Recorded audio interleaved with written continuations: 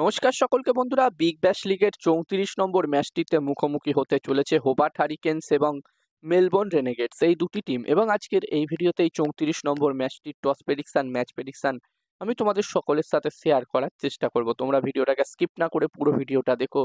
আর ছোট্ট ভিডিওটা ভালো লাগলে অবশ্যই একটা লাইক করো। আর এরকম ধরনের ম্যাচ প্রেডিকশনের ভিডিও দেখতে চাইলে চ্যানেলটিকে সাবস্ক্রাইব তোমরা অবশ্যই করে নিও। আর এই বিগ ব্যাশ লিগের পাশাপাশি আমি বাংলাদেশ প্রিমিয়ার লিগেরও কিন্তু প্রতিটা ম্যাচের টস প্রেডিকশন, ম্যাচ প্রেডিকশন তোমাদের সাথে শেয়ার করছি আমার এই ইউটিউব চ্যানেলে। যারা যারা চ্যানেলটিকে সাবস্ক্রাইব করোনি তাদেরকে বলবো তোমরা চ্যানেলটিকে সাবস্ক্রাইব করে নিতে পারো।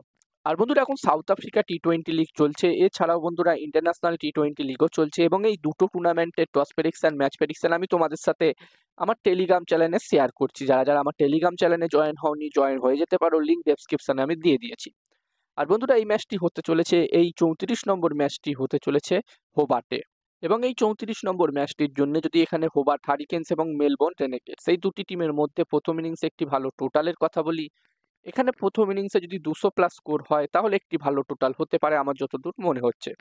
আর যেখানে এই দুটি টিমের মধ্যে অলরেডি একটি ম্যাচ হয়ে গেছে এবং ওই ম্যাচটি হোবার্ট হারিকেনস টিমের প্রথম ম্যাচ ছিল। এবং ওই ম্যাচটিতে হোবার্ট হারিকেনস টিম কিন্তু খুবই খারাপ পারফরমেন্স করেছিল, খুবই বাজেভাবে তারা ম্যাচটা হেরেছিল। যেখানে ওই ম্যাচটিতে হোবার্ট হারিকেনস টিম প্রথমে ব্যাটিং করে মাত্র 74 রানে অল আউট হয়ে যায়। মাত্র 74 রান তারা করতে পারে এবং এই রানটি যখন মেলবোর্ন রেনেগেডস টিম চেস করতে নামে তারা খুবই সহজে রানটি চেস করে দেয় এবং ম্যাচটি তারা 6 উইকেটে জয়লাভ করে। যদিও বন্ধুরা তারপর থেকে হোবার্ট হারিকেনস টিম দারুণভাবে কামব্যাক করে এবং হোবার্ট হারিকেনস টিম এখনো পর্যন্ত যেই 7টা ম্যাচ খেলেছে, বলা যেতে পারে যেই 7টা ম্যাচ তাদের হয়েছে, সেই 7টা ম্যাচের মধ্যে 5টা ম্যাচ জিতেছে, একটি ম্যাচ তাদের ড্র হয়েছিল এবং একটি ম্যাচ তারা হেরেছিল। তো ওই ম্যাচটি হোবার্ট হারিকেনস টিম হেরেছিল, তারপর থেকে কিন্তু হোবার্ট হারিকেনস টিম একটি ম্যাচও হারেনি। আর হোবার্ট হারিকেনস টিম এই মুহূর্তে পয়েন্টস টেবিলসের 2 নম্বর পজিশনে আছে। আর হোবার্ট হারিকেনস টিম অবশ্যই চাইবে তাদের যে আর 3টে ম্যাচ বাকি আছে, এই ম্যাচটা নিয়ে তাদের যে আর 3টে ম্যাচ বাকি আছে, এখানে 3টে ম্যাচই জিতে পয়েন্টস টেবিলসের একদম টপে 1 নম্বর পজিশনে ফিনিশ করতে, যাতে তারা সরাসরি কোয়ালিফাই করতে পারে ফাইনাল ম্যাচ খেলার জন্য। এবার দেখার বিষয় থাকবে কি হয়। অন্যদিকে মেলবোর্ন রেনেগেডস টিমের কথা বললে বন্ধুরা, মেলবোর্ন রেনেগেডস টিম এখনো পর্যন্ত 8টা ম্যাচ খেলেছে, যার মধ্যে তারা 3টে মাত্র ম্যাচ জিততে পেরেছে, বাকি 5টা ম্যাচ তারা হেরেছে। এবং এই মুহূর্তে মেলবোর্ন রেনেগেডস টিম পয়েন্টস টেবিলসের একদম নিচে 8 নম্বর পজিশনে আছে। যদিও বন্ধুরা এখান থেকে কিছুটা হলেও তাদের চান্স আছে প্লে অফসে কোয়ালিফাই করার, শুধু তাদেরকে বাকি দুটো ম্যাচ অবশ্যই জিততে হবে, তবেই কিন্তু তাদের এখান থেকে চান্স থাকবে প্লে অফসের জন্য কোয়ালিফাই করার।